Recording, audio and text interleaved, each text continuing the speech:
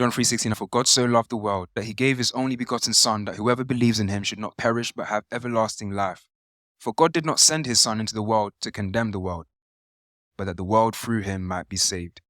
He who believes in him is not condemned, but he who does not believe is condemned already, because he has not believed in the name of the only begotten Son of God. Verse 19, and this is the condemnation, that the light has come into the world, and men love darkness rather than light, because their deeds were evil. For everyone practicing evil hates the light, and does not come to the light, lest his deeds should be exposed. But he who does the truth comes to the light, that his deeds may be clearly seen, that they have been done in God. In his word we have condemnation.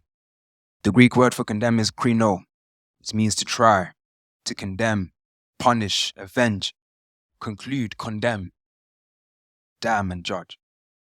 For us in our English, the judge usually speaks to the verdict. So if someone judges you, is guilty. But this krino speaks to the whole process, speaks to a judge hearing testimony being shared. He sees it, he goes through it, and then renders a verdict. Now, when we say judge, we think, oh, Christians are judgmental. That's what we've usually heard. I will say, though, that when people say that, I'll speak for me. I had a friend who was a Christian. He went somewhere else. His way was hard and time was rough. He went into different things. I said, bro, come back to church. Come on, come, let's worship together. Because what you're doing right now is not the way that you were born, the way that you were raised, the way that leads you to paths everlasting. Come. Nah, man, you're judgmental. I've also heard Christians that I've had, and they're like, why are you doing that? And they tell me I'm judgmental. We have a difference in understanding. For some, it's judgmental. Others, it's accountability. If you say you're a Christian and I see you doing something that does not fulfill the work of God, that does not follow from God, and I ask you about, am I being judgmental? No. I'm simply asking you, are your beliefs true? Are you real? Are you straight? It's a tough word. Here, when we judge, we say Christians are judgmental. Maybe we think of judging, that dress is short. His hair is done, but he's a boy. He didn't wear a suit to preach. That's not judgmental. That's slander to your face. Judgment is a verdict. So in this world, I've seen that we have a lot of problems with one another because we don't speak the same language. We speak words that some understand and others do not. I cannot judge you because I cannot render a verdict against you. I'm not in that place.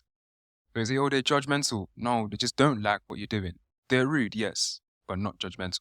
When we have our judge, when we speak of this condemnation in verse 17, the judge that we understand, krino that we understand, is the verdict. So there's a separation between you and God. Oh, God is going to judge me. There's a separation between who judges and that being judged.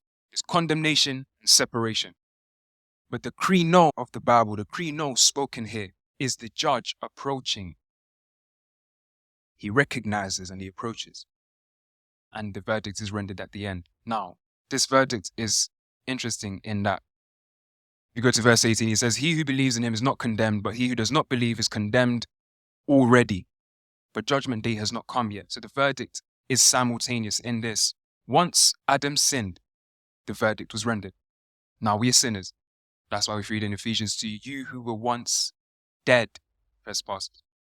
And then there's obviously the verdict in judgment day when Jesus comes back.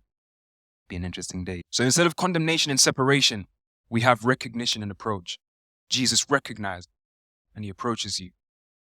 He doesn't condemn you and separate himself from you, no matter what you do. The condemnation here is a pre-existing condition. While you were still in the world, you were dead. Those in the world are dead. We too are dead, but a different kind of dead.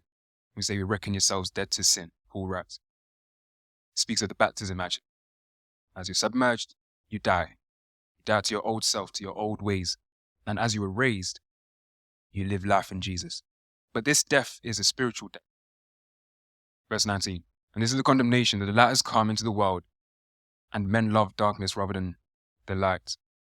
We are not to be judging one another. There's no verdict for you to render upon me or I you.